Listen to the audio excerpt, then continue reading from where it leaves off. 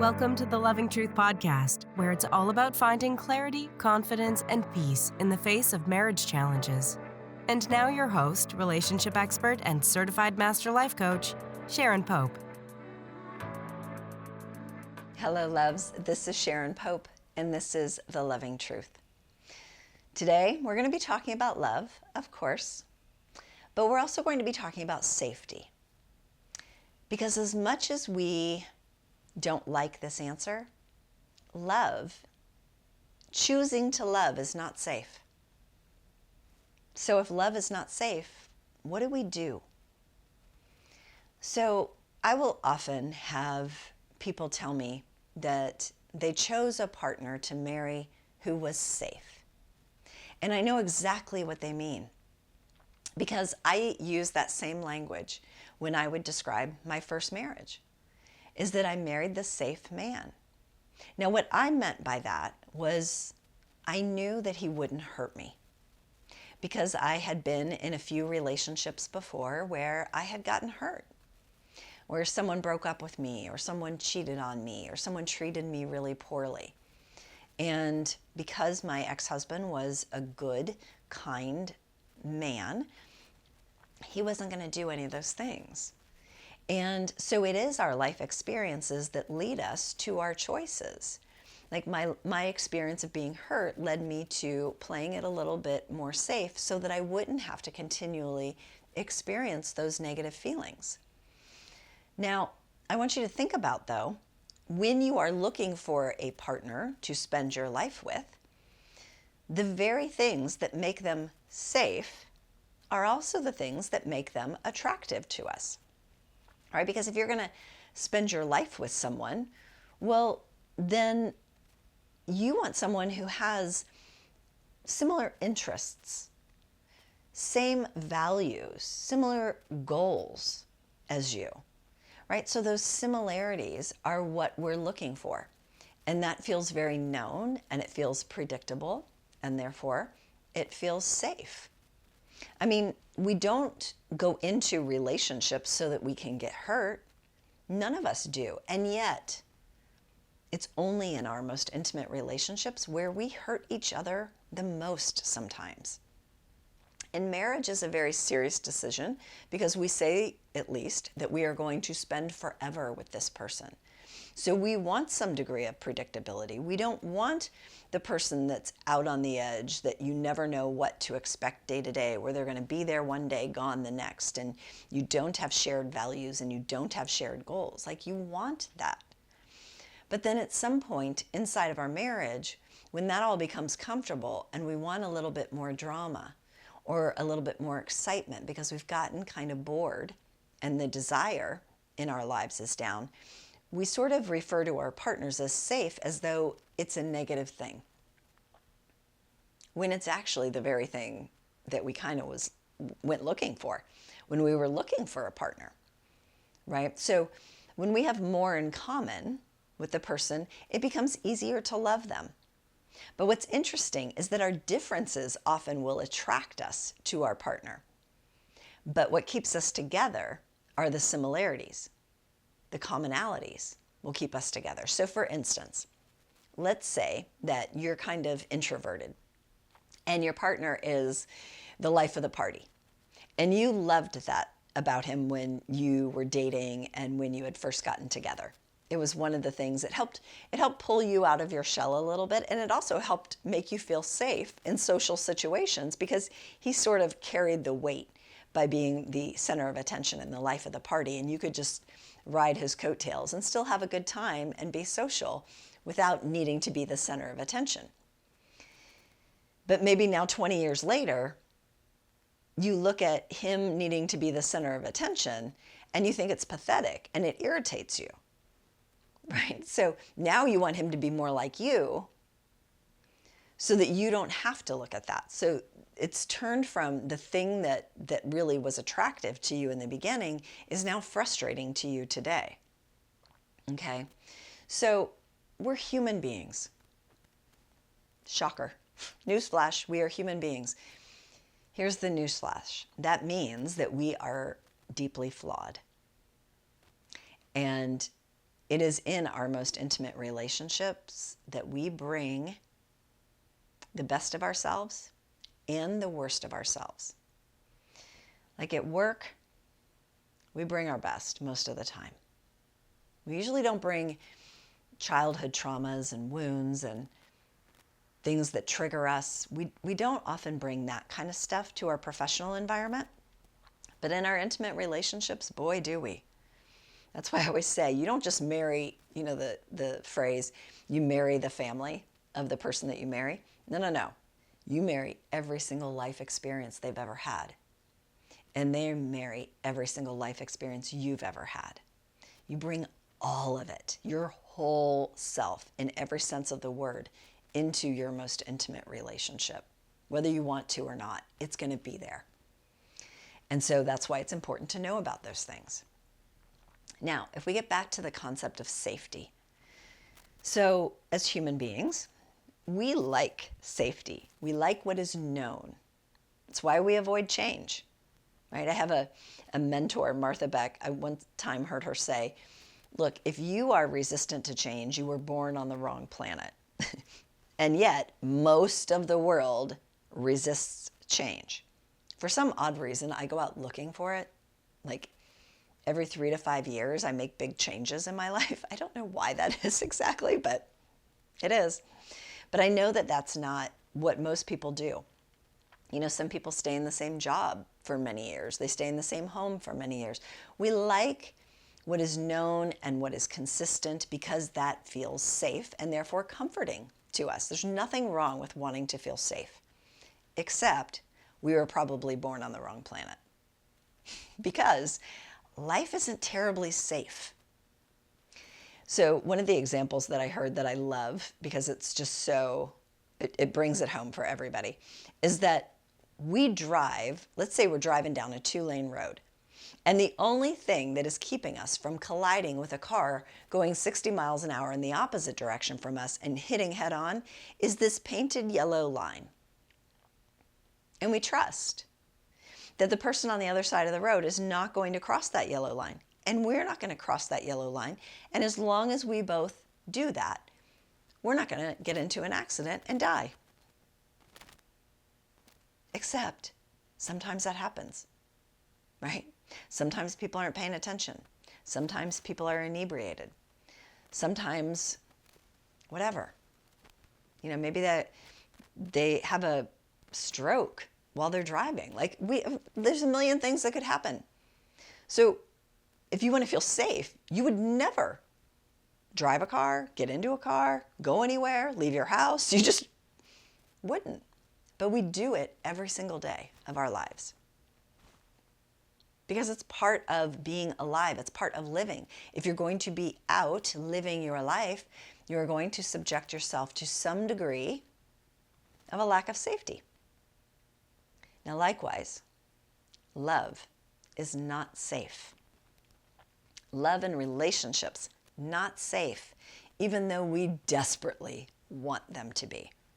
We are so desperate to make our relationships safe that we sort of put bubble wrap around them through our vows from the beginning, right? Of when we come together in marriage, we say things like, till death do us part, or I will love and honor you all the days of my life, or what God has joined together, man must not divide.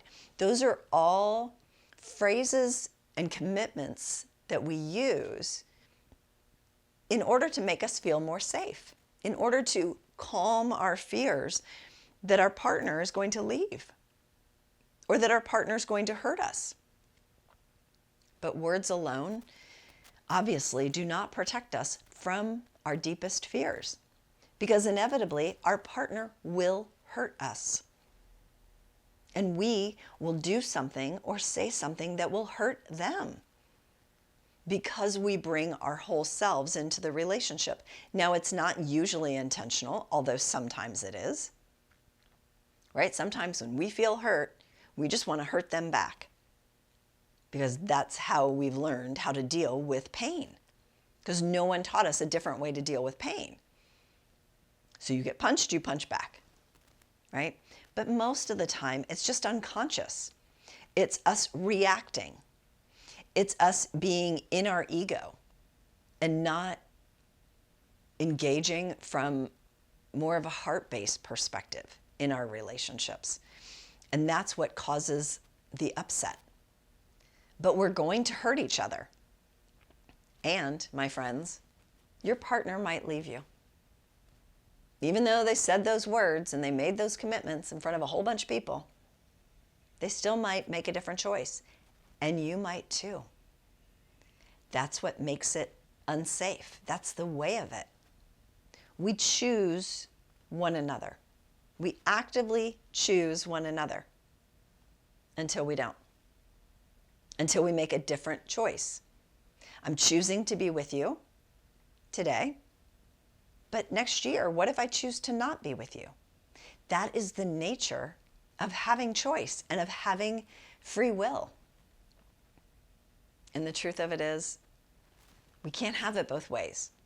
We can't have both choice and safety, not in relationships, because there's a whole nother person involved, and they have their choices inside the relationship. And we can't control their choices. We can only control our choices. So therefore, it's never really going to feel safe. We might lie to ourselves, we might delude ourselves, we might turn our attention away from the reality of the situation and ignore that. But I want you to go into it with your eyes wide open and go, yeah, it's not safe, and I'm still going there. See, we can't have choice without some degree of risk. Because if we want to feel 100% safe all the time in our marriages, then we have to go back to a time when marriage was like an institution that you could never get out of. Once you got in it, you can't get out. Right? So it's known, it's controlled, and not by you. It's controlled by some other entity outside of yourself. And therefore, once you enter into it, you are stuck. There are still many cultures that operate that way, where divorce is not an option, at least for many women. But maybe in some cultures, it's also for men that, like, once you are married for life, and that is it. That means that the state or the government or the church or something, someone else is in charge of that. That's the only way that you can feel safe. But even then, human beings, we crave choice. So that doesn't mean that you or your partner isn't going to go out and find another partner. They might still remain married, but they're having affairs. So it doesn't mean that you can't get hurt. They may not be able to leave, but it doesn't prevent you from being hurt. So here we are again. Life isn't safe and love isn't safe. Now what? Now what? If you wanted pure safety, you'd never leave your home. You certainly wouldn't fall in love, and you wouldn't get married, right? So the question from all of this becomes, okay, it's not safe. Is it worth the risk?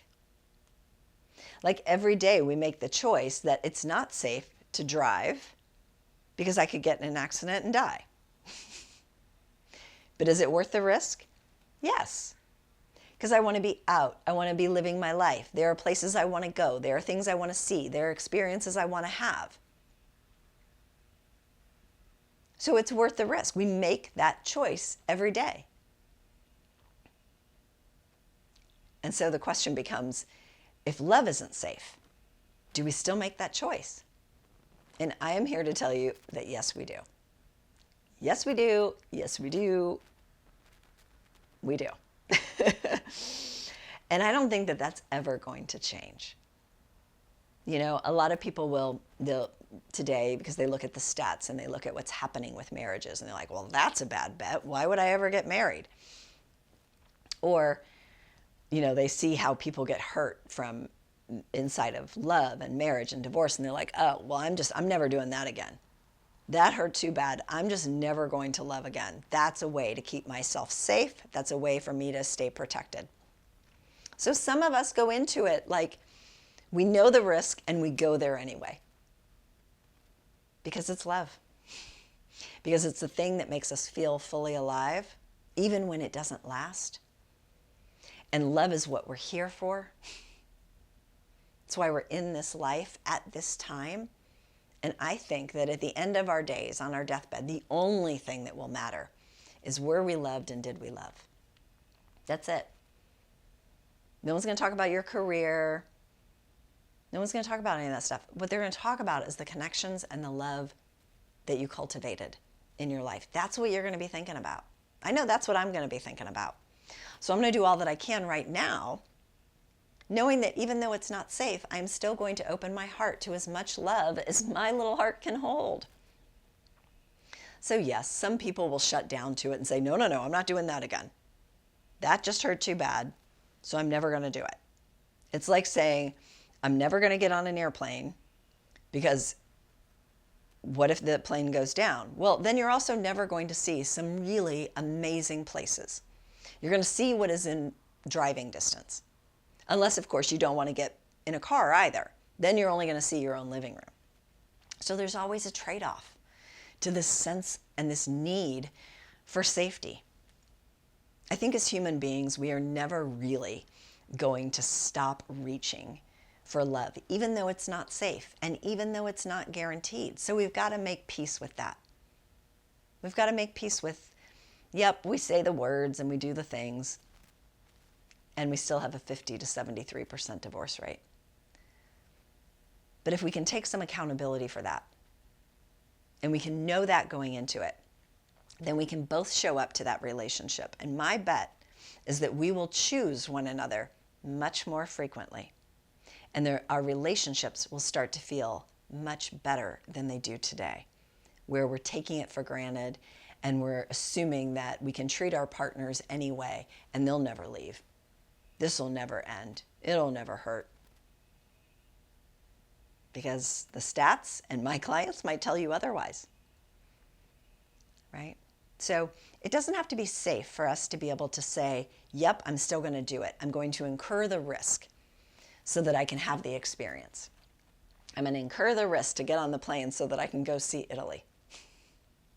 I'm going to incur the risk to get on the road so that I can spend an afternoon with my grandbabies.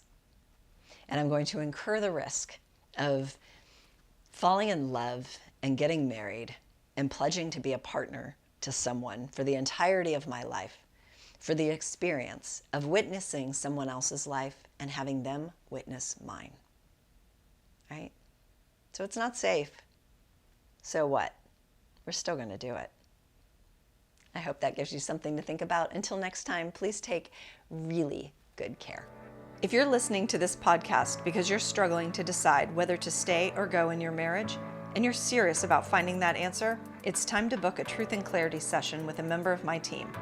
On the call, we'll discuss where you are in your marriage and explore if there's a fit for you and I to work together so you can make and execute the right decision for you and your marriage. Go to clarityformymarriage.com to fill out an application now. That's clarityformymarriage.com.